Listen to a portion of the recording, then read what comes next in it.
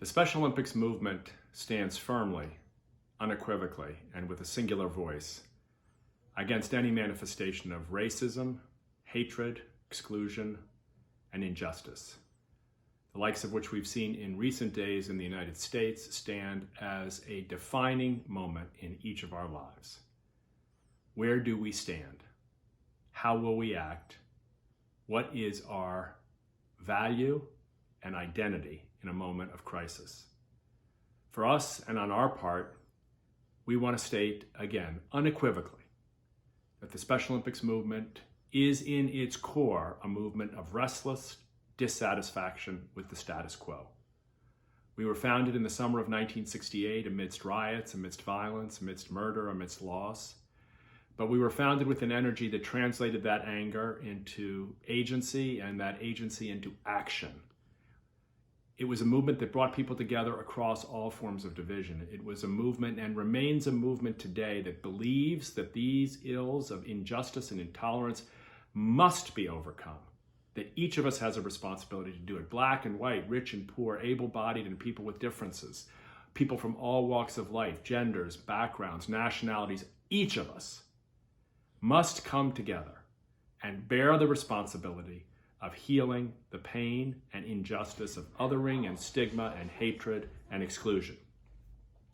In this moment, we rededicate ourselves to that value proposition in the United States, to doing better ourselves, to doing better with the way in which we conduct our programs, the way in which we reach our athlete communities, the ways in which we hire, the ways in which we open our minds to the many, many experiences. And sometimes those experiences include painful exclusion and isolation, to opening our hearts and minds to them and acting to end them now. And in 190 countries around the world, where people with intellectual disabilities, those of color, and so many of their brothers and sisters still suffer from the same kind of exclusion, we commit ourselves to them as well. In the spirit of this moment and this time, we know what it takes to act. Let's not fool ourselves, my brothers and sisters and friends. It's not about we don't know what to do. It's about whether we have the will to do it. Will we reach every child at the moment of birth and tell them they matter? Will we tell every mother that their child is beautiful? Will we tell every healthcare provider that it is essential to treat every child as they grow and develop with equality and dignity? Will we make sure that every school includes every child and welcomes them, and not with judgment and categorization, but with an open heart?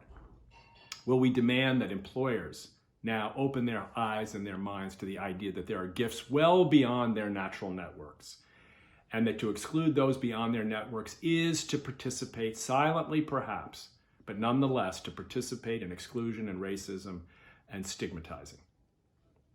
This is a moment that defines us. The Special Olympics movement aims to reach its highest level of response in this moment.